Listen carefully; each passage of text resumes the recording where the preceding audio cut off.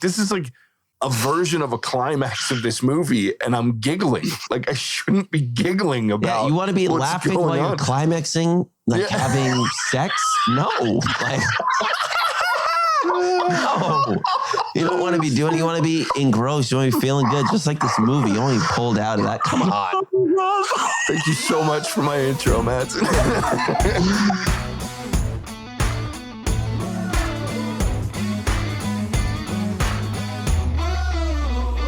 Welcome to the What's Our Verdict podcast, where we fashion ourselves cinematic judge and jury. My name is JJ Crowder. I'm here with my co-hosts, Mattson. Better red than dead. Alec Burgess. Let's get it. And our returning special guest host, Dalton W. Bieber. It will get better before it gets worse. Yes. Just sticking with it this time. You should. There was such the fortunate mistake. It just works so well for this podcast. I love it. As always, we appreciate everyone helping the Grow podcast by hit that follow or subscribe button. Tell a friend about us. Go check out our website, whatsourverdict.com, where you can listen to all of our episodes. You can sign up for our newsletter, get exclusive content and updates, pick up some sweet merch, and interact with us. Question we always ask is if you ever find yourself wondering if you should spend the time, money, or both on a movie. So about that question, each week we put a movie on trial, discuss the facts, pass judgment, and let you know our verdict. Today we are reviewing Doctor Strange in the Multiverse of Madness. It was released May 6, 2022. It was written by Michael Waldron. It was directed by Sam Raimi. It stars Benedict Cumberbatch, Elizabeth Olsen, Benedict Wong, Xochitl Gomez, and Rachel McAdams. To restore a world where everything is changing, Strange seeks help from his ally Wong, the Sorcerer Supreme, and the Avengers' most powerful member, Scarlet Witch Wanda. But a terrible threat looms over humanity, an entire universe that no longer can be stopped by their power alone. Jeez. I could keep going. That intro is even longer as far as like, but I don't, because then it doesn't make sense if you've seen the movie. So no, I'm just going to stop there. But if you haven't seen this movie and you want to avoid spoilers, now's the time to pause the podcast, go pick up, watch a movie, or at least go watch our spoiler-free review on YouTube to see if you want to watch a movie. The link for that's in our show notes. They're going to watch it. It's I know. Marvel. It's like, Marvel. Are you going to go trick-or-treating on Halloween? Of course you are. Free candy. Well, and that's why go see a Marvel movie. Yes, free candy. That's why we release these episodes 10 days later, because we want to make sure everybody's seen it. And we know you will. But if you haven't for some reason and you want to avoid spoilers, you should probably pause now, because we are about to spoil the shit out of this thing. So we actually have quite a bit to talk about. Lots of topics came to me on this one, so I was impressed and excited. And let's kick it off and kind of what triggers this whole thing. So the Darkhold. Somebody want to know, what is that thing and where does it come from? Yeah. What is the Darkhold? Like, how does it just come out of nowhere and all of a sudden it's like the biggest cheat code in the multiverse to power? Yeah. Why didn't Thanos go for the gauntlet? Yeah, that's where I would have gone. We would have just been screwed. Well, the problem is, especially if Wand's just going to take you there, like straight up. Yeah. The problem is the Darkhold wouldn't have helped Thanos. He's not a magic user. So it doesn't do much. He's got magic users on his squad. Wow, yes, that one skinny alien dude. Yeah, his buddy. But then he would have turned on him, Alec, and just killed him. Exactly. I was going to say the problem is, and what people don't recognize with Thanos a lot, is he's not just this idiot that just rains down destruction. He's actually very smart, and he's done his research about what he needs to do things the right way, because the Darkhold corrupts anyone that uses it. We see that in this movie. And it doesn't come out of nowhere, technically. If you've watched, and this, again, I talked about this in the spoiler-free, this is the problem with this movie, is if you haven't seen WandaVision, this movie skips a lot of things for you. Like, you're like, how the hell did we get here? Because the Darkhold is introduced in the Marvel Cinematic Universe in this show near the end with Agatha Harkness and Wanda. Agatha has it and Wanda takes it at the end. And then it shows the cut scene at the end where she's reading it actively, trying to figure some things out. So the Darkhold is a corruptive device. Now, we did see it technically outside the MCU, technically kind of in the MCU with Agents of S.H.I.E.L.D. It was also in there for like a whole season. And it introduced the whole corruption of whoever reads it type thing. They do kind of a change the universe storyline in that. Not a great show overall, so neither here nor there, but it did introduce the concept of the Darkhold. And the Darkhold is a book of spells that's created by a demon named Chthon, who in the comics, and I don't want to get too far in this because Wanda comes up in one of our topics later, but Chthon in the comics, when Wanda and Pietro, her brother, her twin, were born to Magneto, he infused her with her witchy power and the level that she has it. So Chthon is the reason that has the ability to be as powerful as she is. And that's who that temple at the end of this movie, when they go up to that mountain temple, that's who that built that temple. That's who wrote the Darkhold is that demon Chthon. And those big ass monsters that were there that were kind of worshiping her, for lack of a better term, at the end, they look similar to what Chthon looked like in the comics. Like they have a similar face. So, and then it's just another tie-in to some of the darker characters. So like Ghost Rider is constantly fighting with Chthon in the comics. So Chthon's kind of a dick, to be honest. But that's where the Darkhold comes from and why it's so powerful. That makes sense. I never watched Agents of S.H.I.E.L.D. and I only made it about halfway through WandaVision.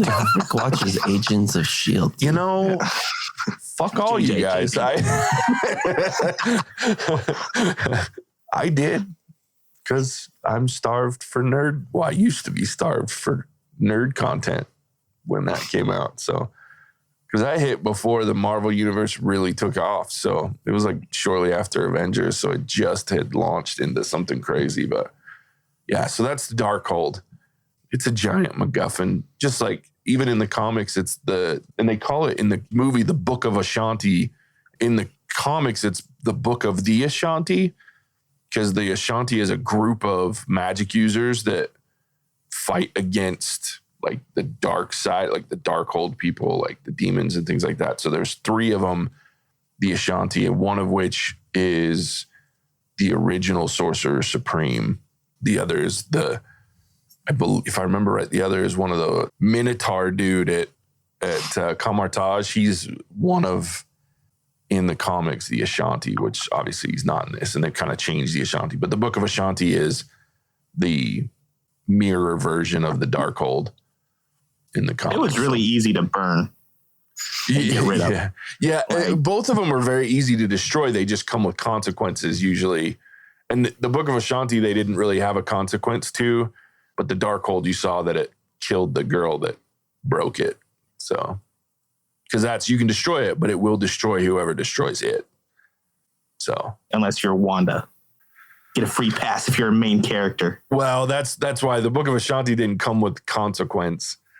And I believe, if I remember right, the consequence for destroying the Book of Ashanti in the comics is you lose your magic, period. But that could have solved everybody's problem right there. Right. But we can't have all powerful MacGuffins. That doesn't work. Movie ending MacGuffins are kind of a terrible thing. But speaking of destroying the Darkhold and the woman that saved Benedict Wong from having to do it, man, I love that guy. He's killing it in this movie, just like he does in every movie. He's only in movies usually for like a few minutes. A minute, yeah. But when he's in them, dude, the guy just takes the show over. I love Benedict Wong. Yeah, he's got the best contract in Marvel, I swear. Show up for like 35 seconds. That's it. He's probably got like 2 days on set and then he's gone. Yeah. But I really enjoyed that this one gave him like more of a role and kind of let him take a lot more responsibility in the spotlight. That was really cool to see him in action. Yeah. He did survive quite the cliff fall on a very precarious cliff. Yeah. Lucky duck. Yeah.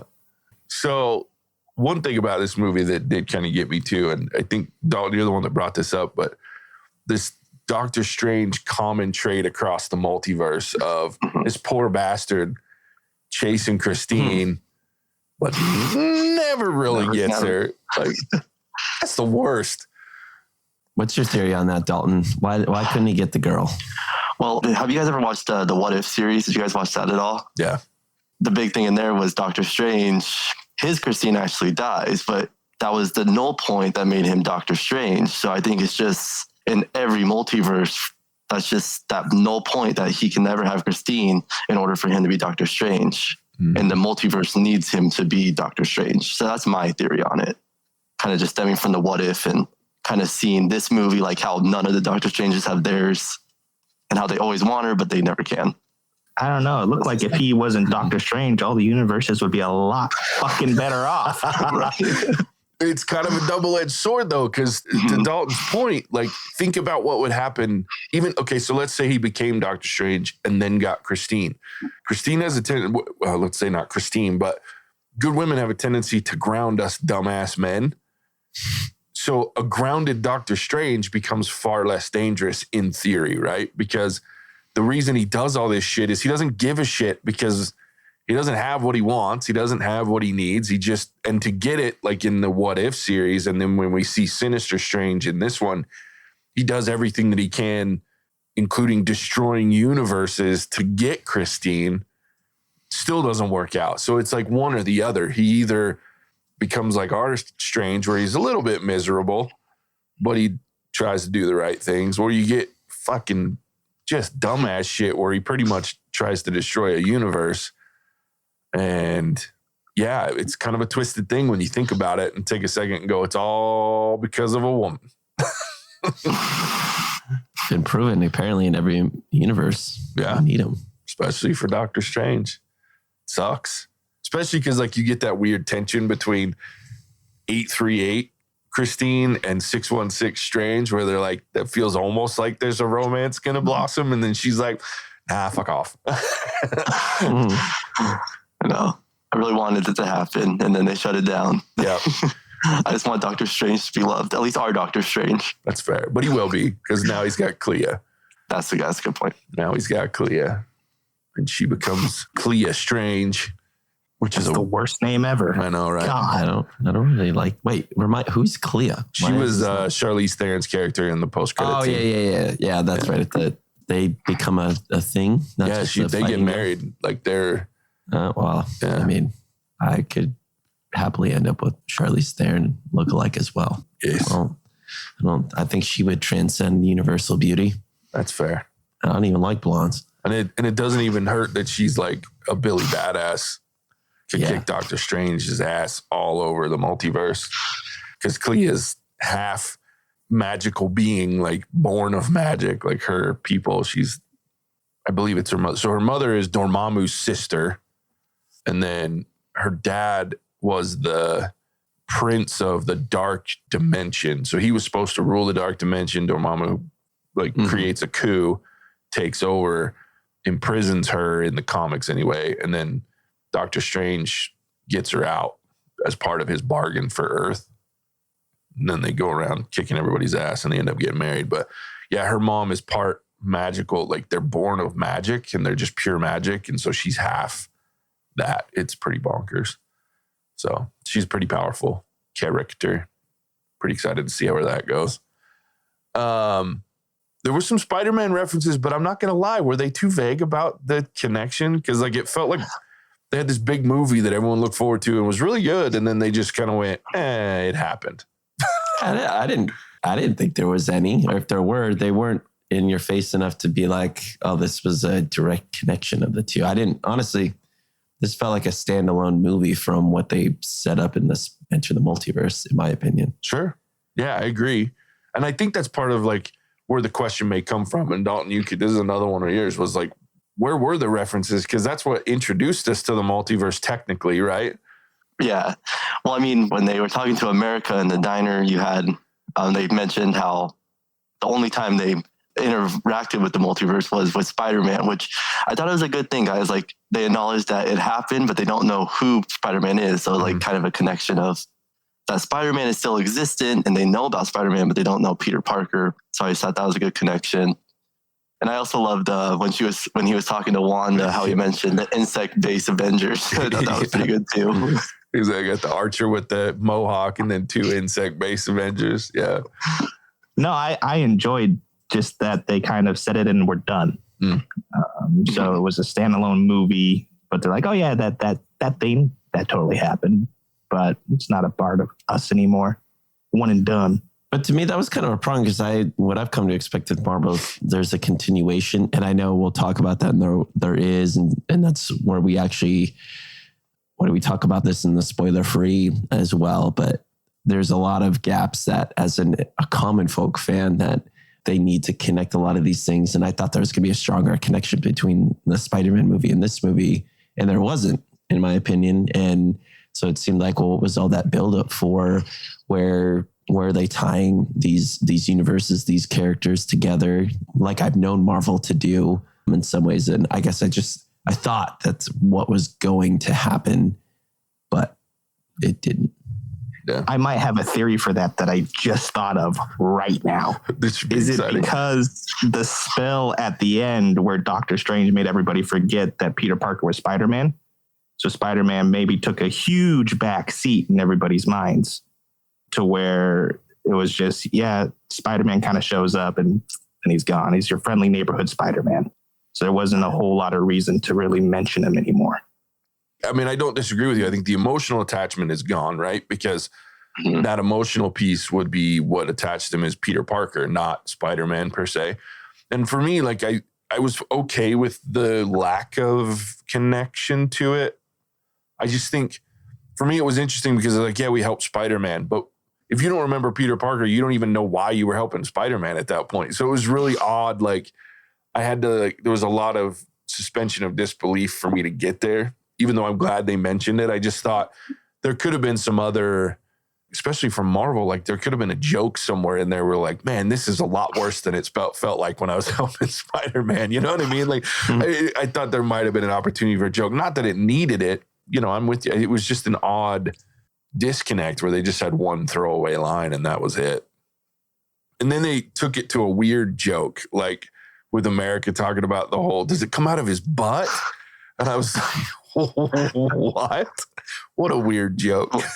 Well, I also think it was probably like a callback to when like all the Spider-Mans were talking about it and how Tobey's is natural. So I think that was also a callback to that joke too. Oh, for sure. For sure. Yeah. It's interesting. And speaking of America Chavez, since she came up, I got one note that said, who the hell is America Chavez? And I would like an answer because I've heard mixed things like she's Captain America from her universe, or she's just some chick that was special and I don't know anything about her, but she's got a cool star when she jumps from universe to universe. That was cool. Yeah.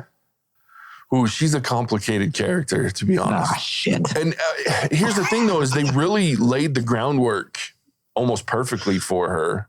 She comes from what's called the utopian parallel, which is a reality that's out of time. That's hard to explain, and I don't even want to go down that line. But like what they showed where her and her parents were from, like they were kind of they weren't part of a normal timeline per se, at least in the comics. And so the difference was she didn't create this accidental portal that sucked her parents into it and herself. It was that utopian parallel was actually being threatened by black holes. And so her mothers sacrificed themselves to seal the black holes, and their particles get spread across the whole multiverse.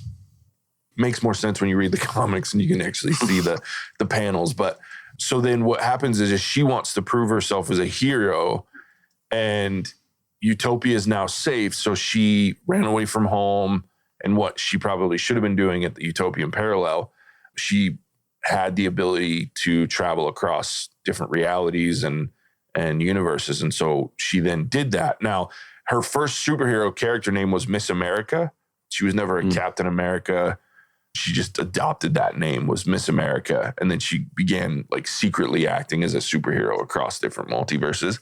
She joined a couple of different groups.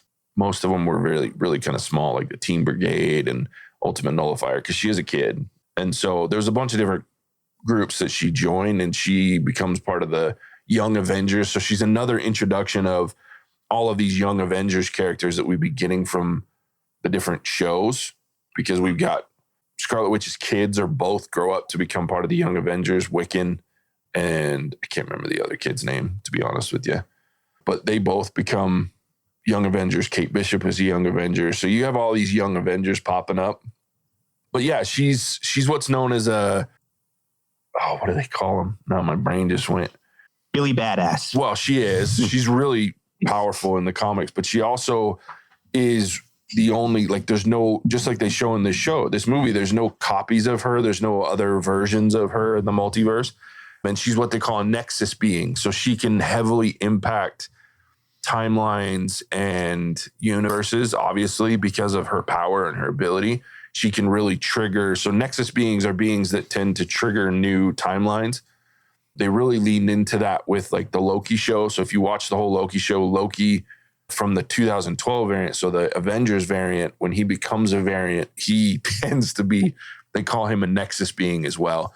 There's very few actual nexus beings in the multiverse, but she's probably a nexus prime because of who she is and how she operates and what she can do.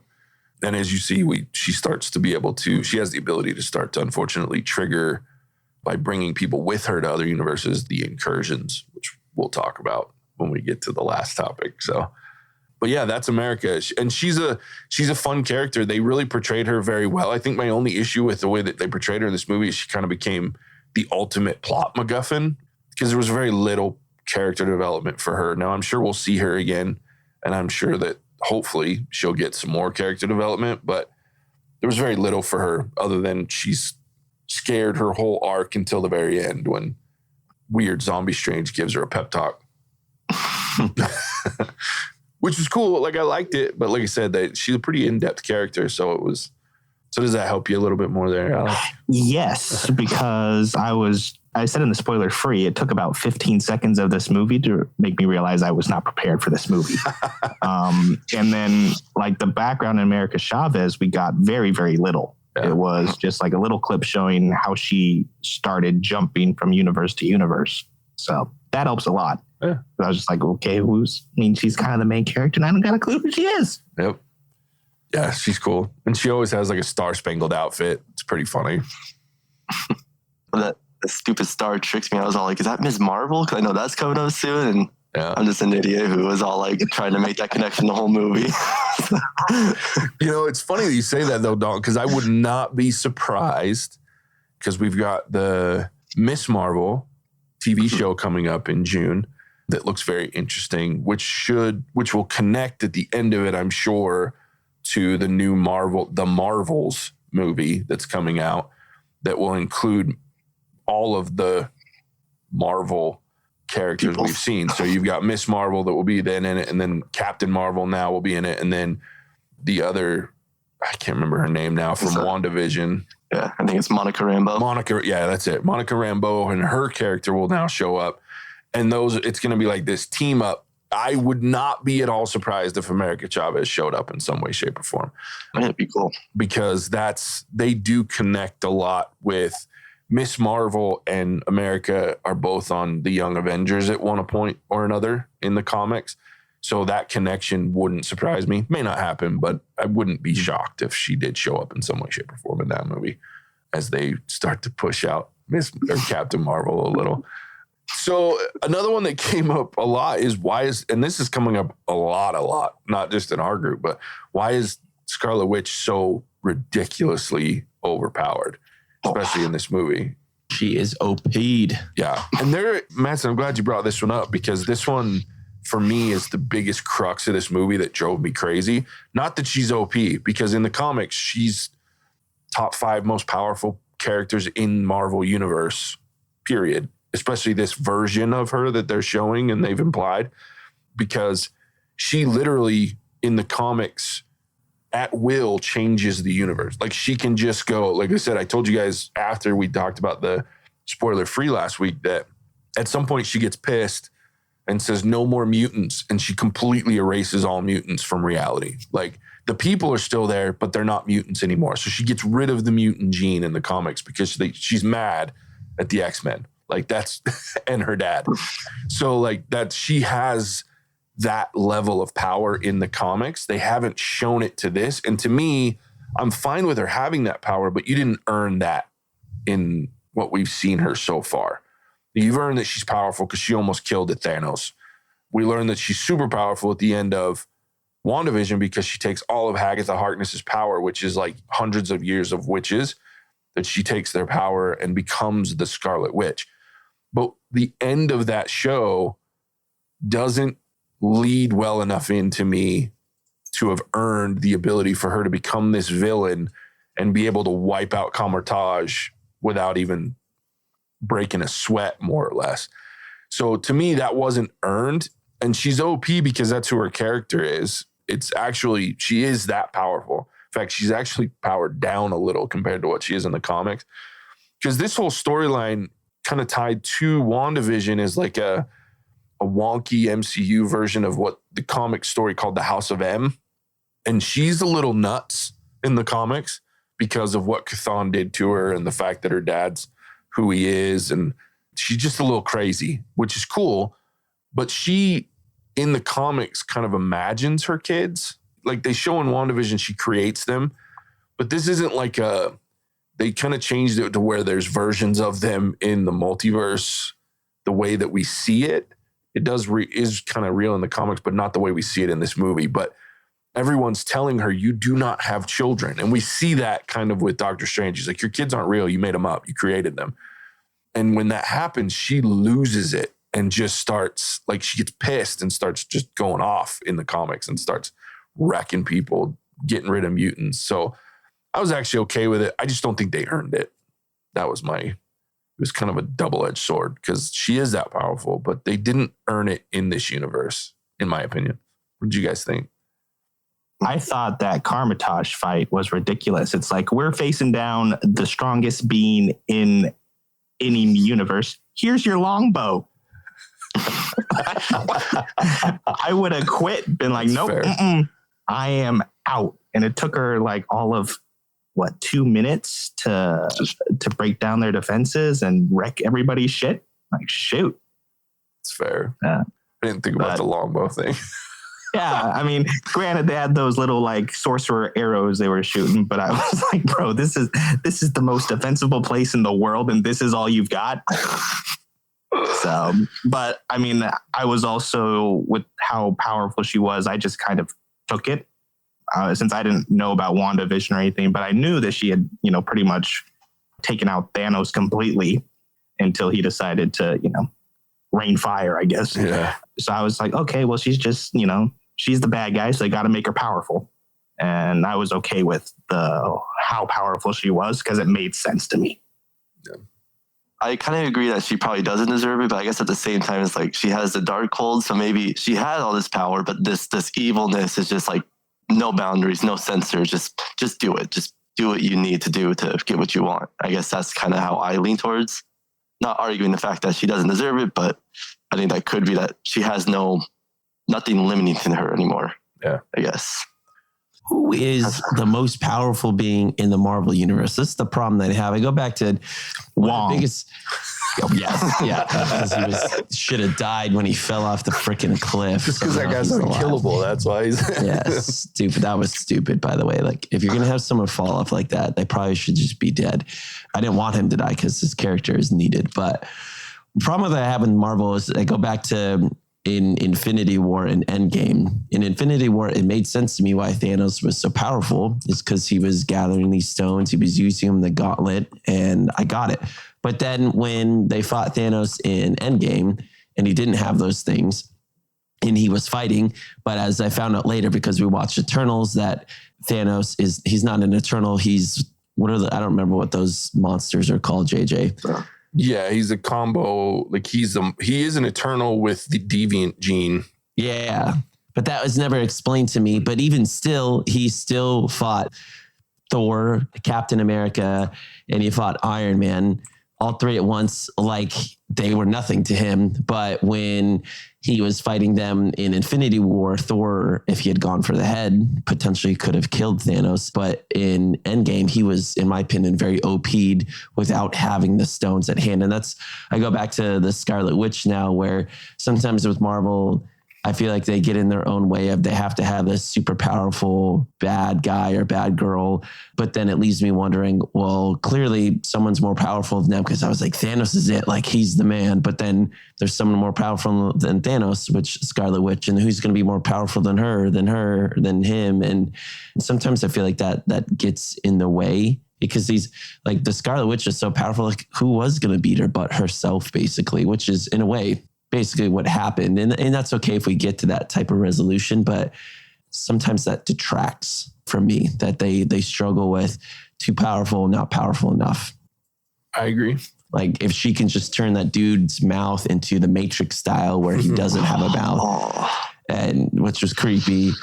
But yeah, I don't know. It's just, and things like that. I'm like, is there ever a super powerful good guy in the Marvel universe that we'll see, like a Superman in DC, where, because same thing, he's too OP'd where no real bad guys who can really kill him kind of thing. Yeah. But I think that's a superhero comic thing that is just part of the territory where, since they keep adding more characters and more things, there's always going to be someone else. Yeah. And they haven't introduced him yet, but there are versions of Superman. There's one called Hyperion.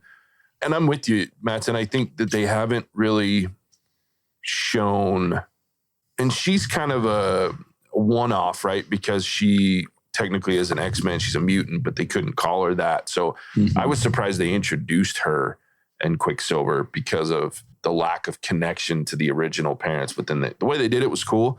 But there's a lot of beings that they haven't shown. Like one of them, and again, they didn't have until recently the rights to Doctor Doom from the Fantastic Four.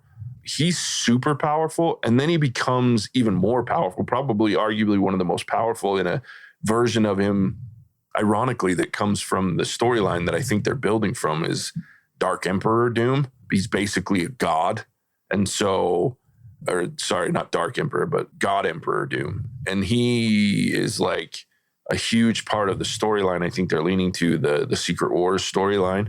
And they're going to have to introduce, now that they've gone where they're going and they're headed down that road, we're going to see a lot of very OP characters. Even when you look at Thor, the new Thor that's coming out in July, you've got Zeus you'll be introduced to. Who knows how many other gods they're going to introduce because of the fact that they're introducing Gore the God Butcher, and he's going to be a big part of heading down that. And I think they'll find a way to connect the fact that all these gods are getting killed by him in this movie into how we end up again in the Secret Wars storyline, which I'll talk about here later when we come up with our last topic. But I think that's why, for me, they didn't earn the payoff. Like, it just was the way they didn't connect everything correctly. Like, we know about the Darkhold, and it was just kind of a throwaway. The Darkhold corrupts. And for her, the reason she was always didn't seem this OP, because she's always been a version of this OP, she just was held back by fear. She didn't want to hurt anyone, but she knew she could, especially after Age of Ultron movie, where she did some shitty things and was living in her anger. We can see the level of power. So she was always holding back a little. She didn't hold back with Thanos, obviously, in that fight, because she was super pissed at that dude. And then she got to the point where the Darkhold corrupted her enough that she didn't care. And the only thing she worried about was her kids. And even then, she was trying to be nice by using demons as opposed to going after them herself. So it was an interesting way that they played it. I just feel like her corruption could have been shown a little better. Like, I think we just jump right into it, and she has a conversation with Strange, and then we see that she's living in a new version of the Hex that's literally destroyed this beautiful landscape that she was living in at the end of WandaVision. I just feel like, while I agree that she's OP, and again, we now realize that she had to destroy herself, which I don't know that she actually did yet, but because nobody else was going to be able to until you get into like certain level beings that just don't make sense for us to see at this point. Like, we saw the Living Tribunal as they're hopping universes. There was like one quick spot of these weird statue looking faces, and that's the Living Tribunal, which, other than in the comics, there's a guy called One Above All who's like supposedly who created the entire universe and all of it in Marvel. And then next to him, the Living Tribunal, which is the ones that keep everything running basically in the comics. So interesting that we saw at least a version of them quickly. So beings like that, JJ, they just let people like Thanos and Scarlet Witch just do what they want, because there has to be equal opposites, good and bad. But it seems like there's a lot of bad and not so much good. So kind of like the Celestials and things like that, the Celestials don't care, because they're there for their own reason to create life and just basically be versions of gods, even though they're not. But like the One Above All, he just kind of doesn't care. Like, when you get into that level, they're like, okay, so everybody destroys themselves, I'll just start over. But what they don't show also in the Infinity Saga is when Thanos has the gauntlet in the comics, he literally becomes the most powerful being in the Marvel universe as a whole, not just on this universe. He is the most powerful because in the comics, the Living Tribunal does get involved. The One Above All gets involved to fight Thanos because when he wears the gauntlet, he's that powerful. And it takes another person, they get the gauntlet off of him, and Adam Warlock and then Gamora both put it on. And by having the gauntlet, they're able to defeat Thanos at that point. It wasn't the way it worked out in the comics or in the movies where there was no involvement. Like they actually do get involved in the Infinity War because he's just too powerful to even come close. And he kills like 4 or 5 heroes during the Infinity Saga in the comics, in the Infinity War comic storyline. So it's very different than what we see in the movies. In this version, he's fighting like Captain America, who in all honest reality would be dead in one punch from this deal. Like, or Black Widow. I always laughed at them. Like, she would die immediately fighting any of these people. And that was always the fun boundary, or even Iron Man. And it's just a dude in a suit, which is cool if you're fighting other humans on Earth, but Thanos would have he could have snapped his finger, the dude's gone. I mean, and that's always the thing. They did a good job of telling an interesting story that was compelling, but in reality, if he's that powerful, they would have been insignificant to what they're trying to do. Yeah. And the comic story is very different, getting up to the point where he snaps. It's like, you guys are whatever, go away. Like, and then he just snaps and everything's like gone and everybody's like, what the fuck? And so then it turns into, how do we fix this? And that's when all of these uber powerful beings start getting involved, because he gets like really drunk on the power. When he does it to Death, Lady Death. He has this huge thing for her, obsessively so. And she uses him. And so he snaps away half the universe in order to give her more souls as Lady Death. And here's half the universe, my lady, take me, I love you, and then she still turns him away, and like he kind of goes a little nuts, and that's when everybody gets involved. So it was a very different story in the comics, but yeah, there's definitely some OP beings that we might see, including who they're leading towards with Kang. Kang he's a different OP. He's not like superpowered OP. He's just hella smart and has the ability to time travel very easily. So it should be interesting how they play that one out. Speaking of, you brought up the fight against the Illuminati. How'd that work for you guys? Like the cameos? I mean, the only cameo that did land well for me, Professor Xavier, because he wasn't, he was who he's been in the universe. And I quite appreciated what he brought to the screen. I thought he clearly knew who his character was, knew what it brought to the table. And I like that. And I'm excited to see where that goes. But the rest of them, I got to be honest, like John Krasinski, I want it to work, and it probably will, but it just didn't land for me. And the other individuals, I don't know, like it was just kind of sad that they got defeated so quickly. And it just felt kind of like a throw in, and there wasn't a lot of emotional grounding for me behind the scenes. And maybe fans of Marvel that went more goo goo gaga, that's great. But for me, it just kind of felt like something that was placed in that didn't have a lot of weight.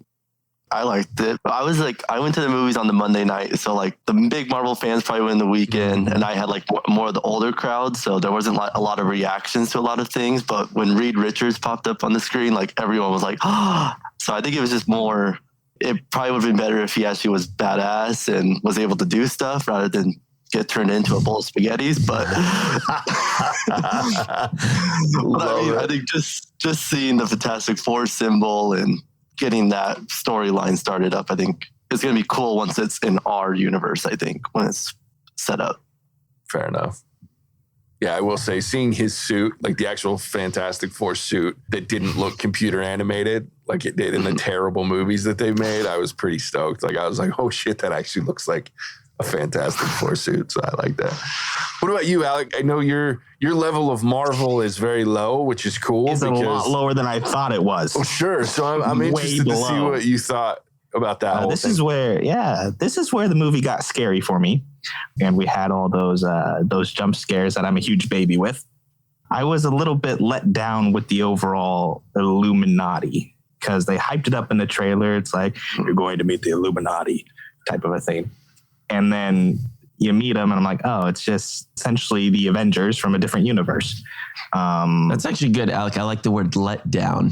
Yeah. Yeah. So I was a little bit let down with that aspect, but it was cool to see like Professor X, Mr. Fantastic, and then Captain United Kingdom. What's her? Captain Carter.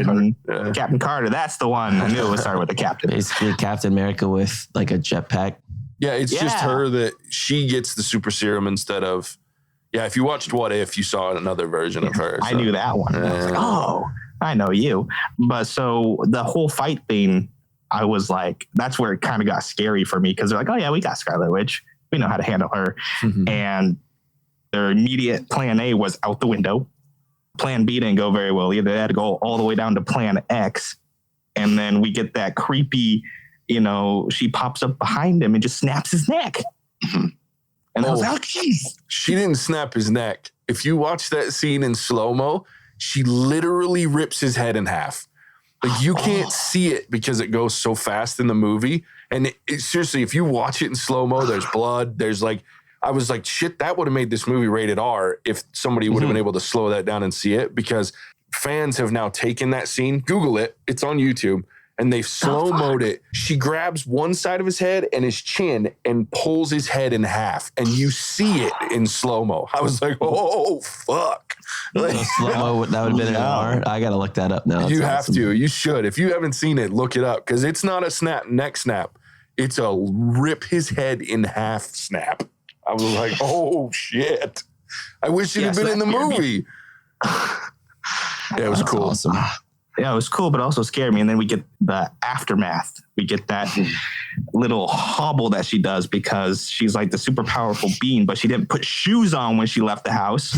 Yeah. So she's like hobbling like they do in a horror movie down the hallway to get him. And I was like, dude. So one thing this is what I thought of with beings that are this powerful and such, does her body just heal like a normal human? I'm guessing she can probably use some sort of magic to heal herself from the dark hold. But a lot of times we see superheroes like this that they get hurt and then we don't see what happens after the fact. Maybe like a Thor, or obviously like an Iron Man character. If Tony Stark gets hurt, it's just, he's going to have to get surgery or whatever it is. But like some of these other beings, I feel like it's always implied that they just are better. But in reality, they never show that. And that's sometimes where I'm like, well, if she's hurt, why didn't she just make shoes because she's a witch or whatever, I know they wanted to go for more than five, where she was hunched over, but she could have done something and then she wouldn't have had to have felt any pain. And so I think about that sometimes. Sure. And a lot of it too in the comics is because the mutant gene, especially in these where they have the mutant, it's an unspoken rule that it kind of gives you like a healing factor as well, regardless of your other powers. Not like a Wolverine healing factor or something like that. But is that for real? I thought it was only like a Wolverine thing. Well, so his is on a different level, obviously, right? But all of them have a certain, and I don't want to say a healing factor, but more of like a toughness factor, maybe. They can take a beating and keep on ticking. But then, like you say, there's a certain level of where they're just human in an armor suit, right? Where that armor gets wrecked. That's why he's constantly building stronger armor, because Tony Stark doesn't have that shit. Well, until he becomes like superior Iron Man, which I'm kind of disappointed we didn't get to see as part of the Illuminati, because his suit is embedded with 3 of the gems, the Infinity Stones, and so he's and that's that version. That would take him to that's a whole different story. Then. Yeah, that version was hinted at in the 838 University with the Illuminati, because as part of the Illuminati, Superior Iron Man is part of that group, at least in the 616 universe, and so. When they showed that, like those bots, the Ultron bots that they showed, those are designed to look like the Superior Iron Man version. And there was an empty seat on the dais, which they kind of hinted would have been Tony Stark in their universe, probably. It's obvious that he's there somewhere. And they originally had Tom Cruise lined up to do a cameo as Superior Iron Man, but they nixed it because of he was filming for Mission Impossible, so they couldn't make it work out. But he was originally who they wanted to cast as the original Iron Man instead of Robert Downey Jr., so that's why they were going to go for him. But yeah, Superior Iron Man's pretty cool. He's kind of an asshole, but Tony Stark usually is in the comics. Yeah, for me, the nerd in me loved it because I was like, ooh, look at all these cool characters. But I'm with you. Like, I feel like it was just a fan service because of how fast it all went to hell. Like, Black Bolt, bringing him in from that shitty fucking Inhumans TV show on ABC. Look, nothing against Anson Mount, the actor that plays him, because he was probably the best part of the show. That show sucked bad. So to bring him in, I was like, oh, I don't love that. Though I love Black Bolt, the character. Like, it just felt like, okay, we have a chance to bring in all these different versions and characters, and then we just wipe them out like they're nothing. And I was like, I just felt like a waste. And I'm with you. Like, I loved Patrick Stewart because I feel like that man was born to play Professor X. And I love that he was the one that, probably because of his ability to read minds all the time, was like, no, this Doctor Strange is different. Let's give him a chance. Let's tell him the truth. He'll do the right thing. So going against the fear of the others was interesting. But again, it just felt forced almost. And I guess there was a cut where they helped fight her a little bit more than what, just getting slaughtered in that throne room kind of thing. So I think there was choices for the length of the movie, which I also appreciate that it was only 2 hours instead of 2.5, like a lot of Marvel movies of these days. So I complain about that, and yet I'm okay with it too. But I feel like it was much like the musical fight later. It was, let's do something different and weird and let everybody kind of see it. And that was totally a Sam Raimi thing. Yeah, we talked about the musical fight. Are we jumping in that just tragedy of, what in the world was that, dude? I know we want to try and keep things fresh, but that was just stupid. I remember I was like, what are we doing right now? Like, come on. Like, I know there's sorcerers and JJ, it was stupid. Like, why it felt so cheesy. It took me out of the movie. That's where I just didn't appreciate it. It separated me from the story they were trying to tell, and had me focus on notes in the form of combat. I'm curious if like an F sharp is more powerful than like a G, or I don't know, like notes from this Beethoven beat Mozart. Who knows? Like that form of combat has been unexplored in the Marvel universe, but it was stupid. I think that Sam Raimi swung for the fence and it fell flat on his face. And please never do that again. Are you disagreeing with me? Did that not detract? I thought it was stupid. No, I'm not going to disagree with you. I do want to ask Dalton though, because he brought up the music too in his comment, in his topic. So what was your thought on that?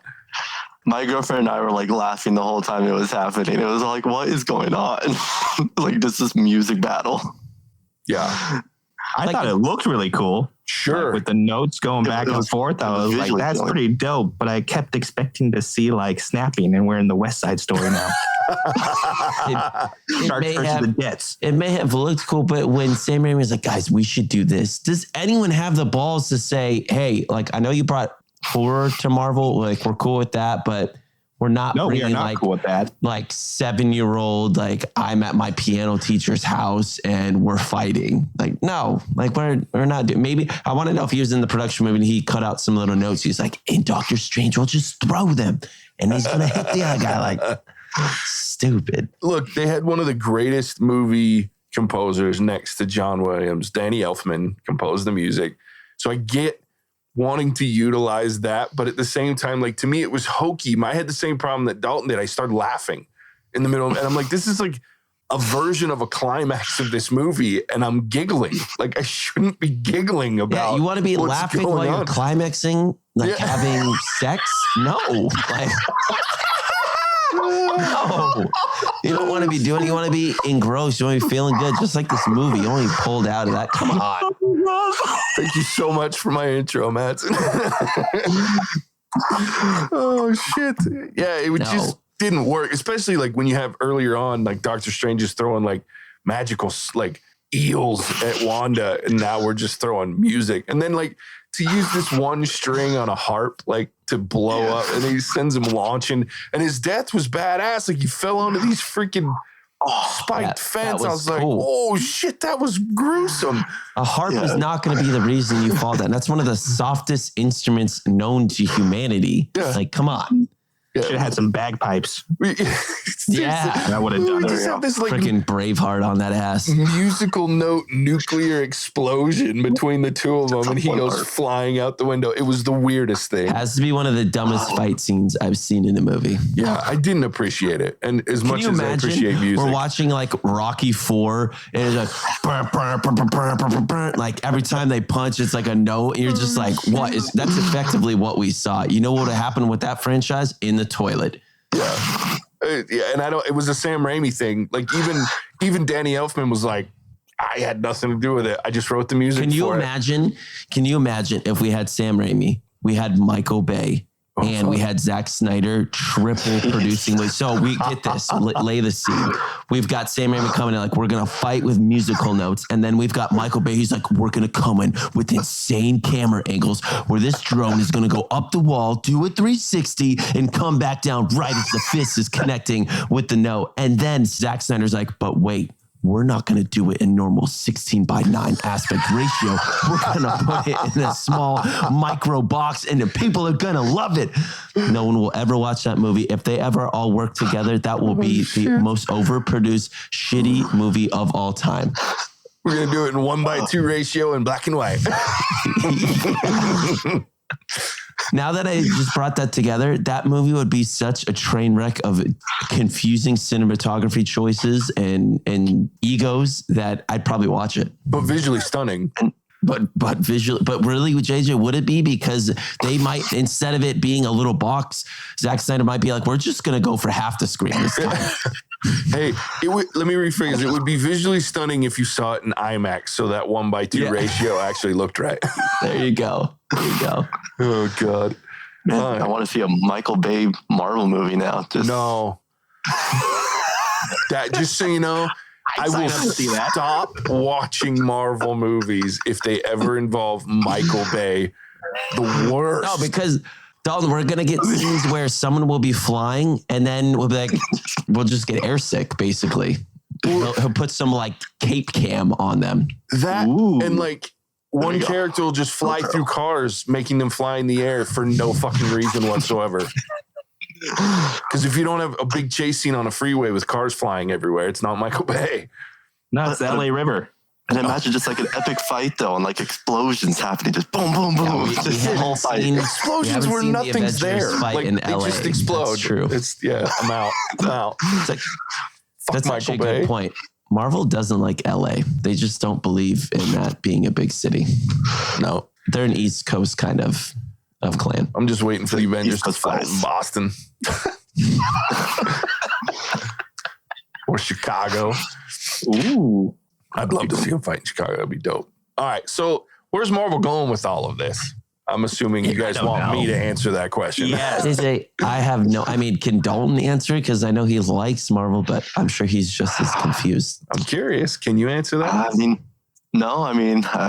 could tell that they're going to do stuff more with America Chavez, with her training with Doctor Strange and Wong. And other than that, no, I have no idea. JJ, not all of us stay up at night reading ourselves bedtime stories of God the Butcher, the Gore, the God Butcher, and such. He's kind of a badass in the comics. I hope they do him justice in the movie. I just hate. Sounds like the worst bedtime story. He does have a terrible name though. They're leaking towards. My guess, this is how this will go, is that we'll have two more. We'll have two. Mark our words here, podcast audience. We will come back to this to see how correct close I am. JJ is. If he is very correct, then I will.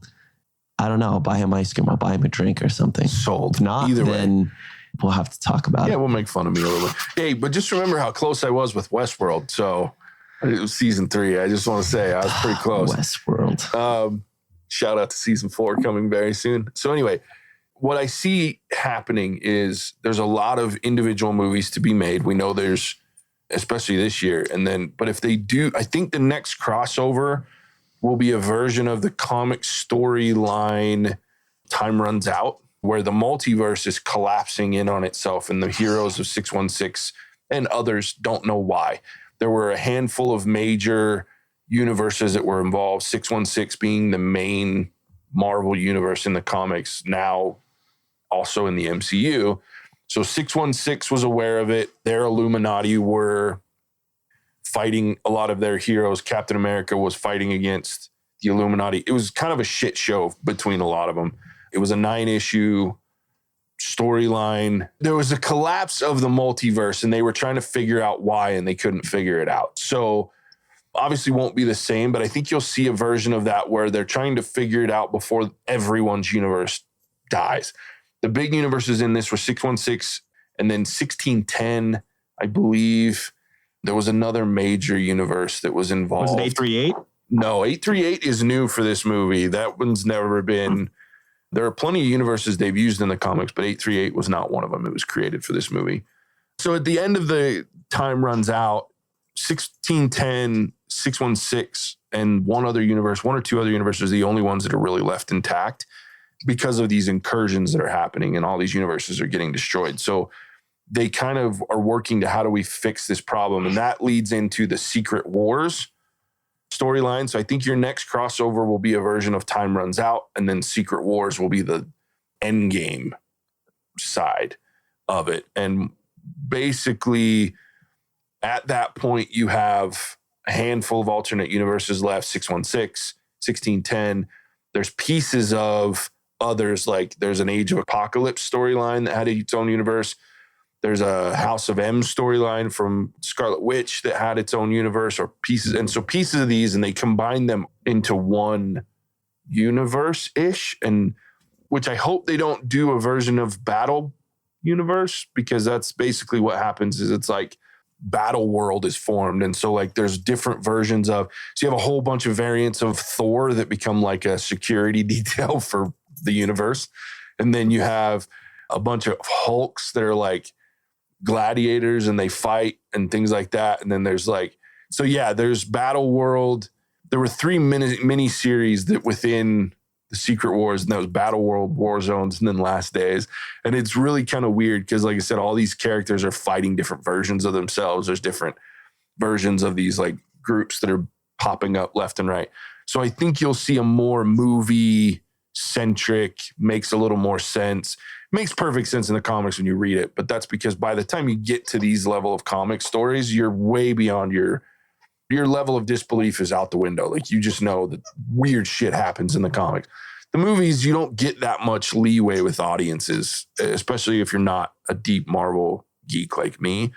So I hope you don't see a version of Battle World. I think you just will see some form of storyline of Time Runs Out, and then that'll be the next big crossover. And then you'll have, like I said, an end game style, and maybe it's 2 movies of Secret Wars where they're just fighting, and they maybe bring all these continuities into one in some way, shape, or form. But yeah, I think that's what you'll see. So you'll probably see a lot more Illuminati. Young Avengers is a great group to come in.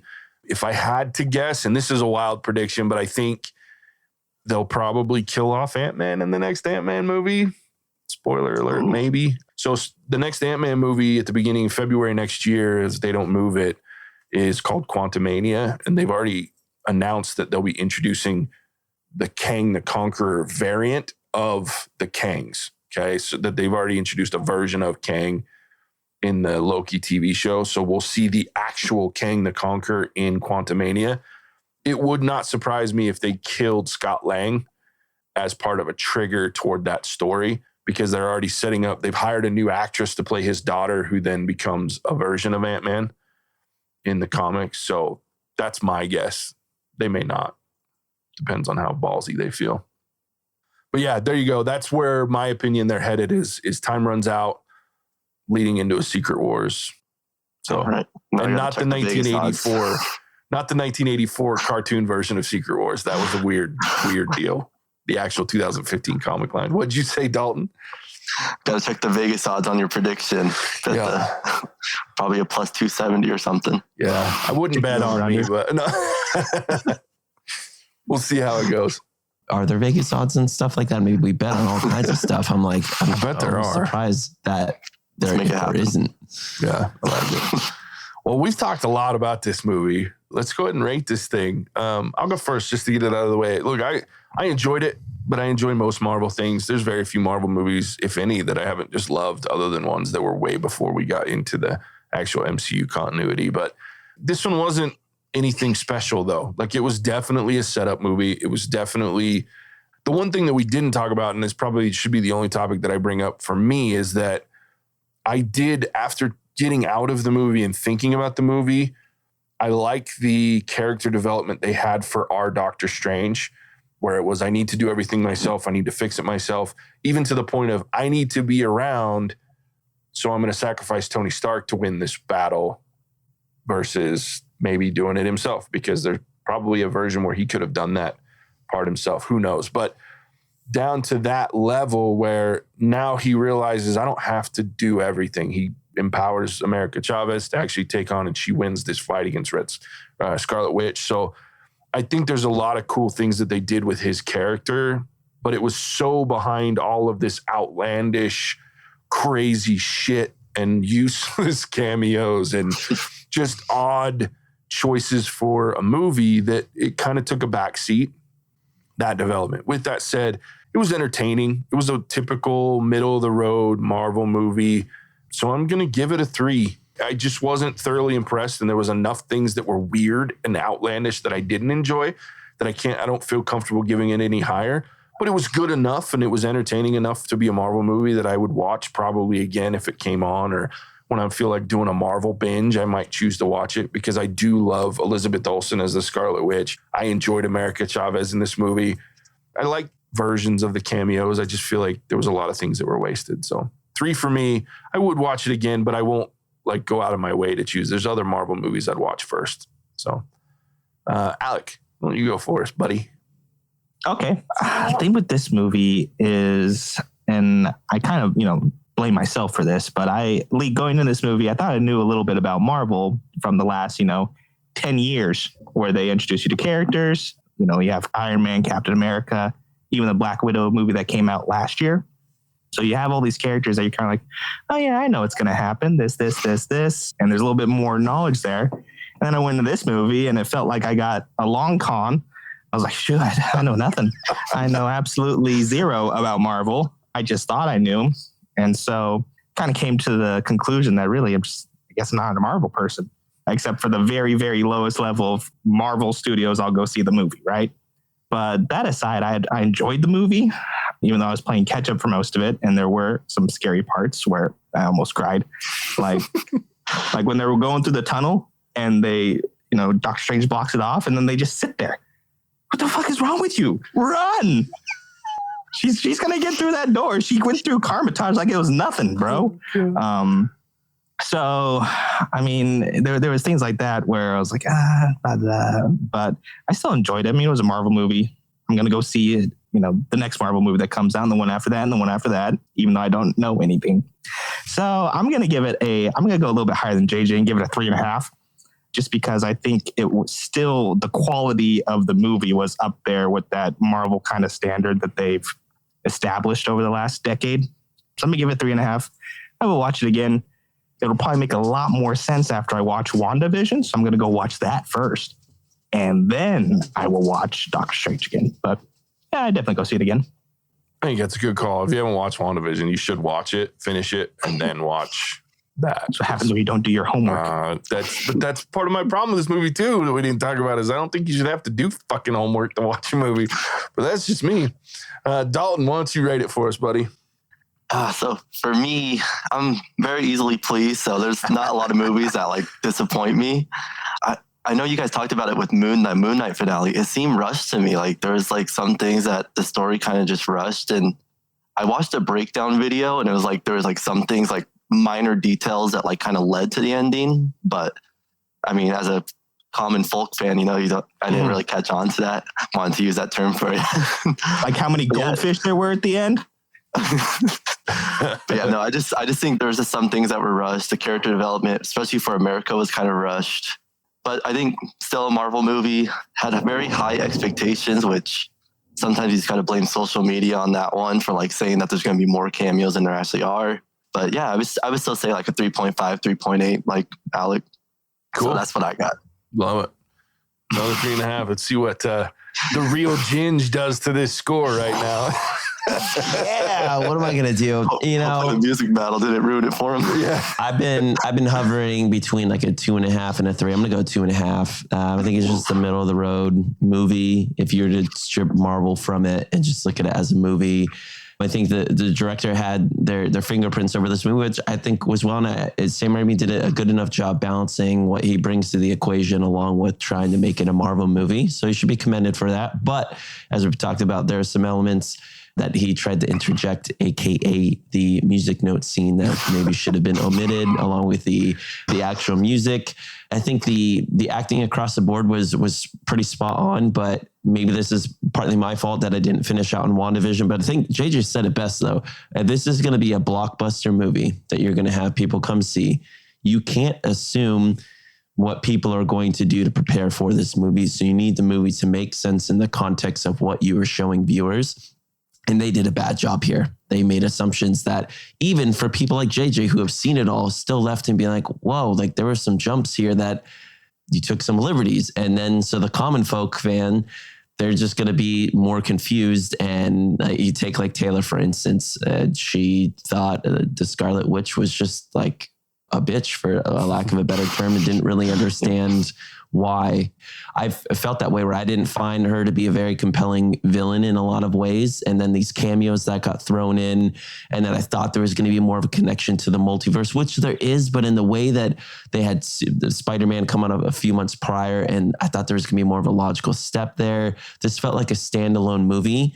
And for me, I don't think I needed to necessarily see this to know whatever movie's going to happen next. And because of that, I feel like this movie suffered, where it's in the universe, but it's not a core pillar. It's a movie that I'm going to forget, to be completely honest. Like, it's not very memorable for me. And I think because of that, it deserves an average rating. It's fair. I was bouncing between a 2.5 and a 3, just because I feel like they, like you said, they didn't do enough. And I've said it a couple times, they just didn't earn what they did with her. And I think for me, that's the crux of it. Like, because even at the end of WandaVision, if you guys go back and watch it, like, yes, I can see where they got there, but there's still a lot between what happened at the end of it and where she is at that point. And I realize she's a desperate woman that in her mind has nothing. Like, she doesn't have her kids anymore, which she had for however long she was in the construct that she built. And then she doesn't have Vision, at least not that version, but they just didn't do enough to tie the two together for me. So anyway, there it is. So not as good a ratings as I anticipated, but we've had much worse. So there it is. Next week, join us. We're getting back to our arbitration series. We're doing the Firestarter movies, the old one and then the new one, and we're going to compare them and see how they match up. So tune in for that one next week. We appreciate you tuning in on this one, Mattson. Tell them where they can find us.